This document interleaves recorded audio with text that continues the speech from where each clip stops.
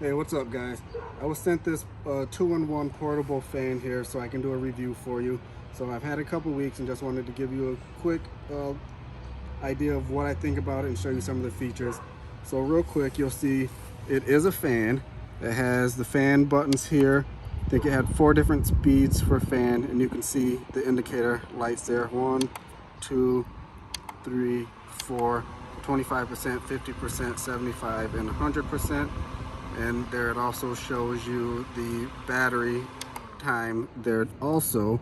And then over here next to the fan button, it has also this built-in LED light. So 3 different lighting options. So off, low, medium, high. So that's really cool. And then I'll spin it around so you can see the back. This is of course the solar power charging panel. And then it has kind of like this A-frame style thing here, so if you have a table you want to set it on, you can easily do that.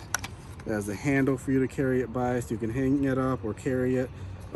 It's super lightweight. Like I said, easy to move around. I do really like it. It's a cool product.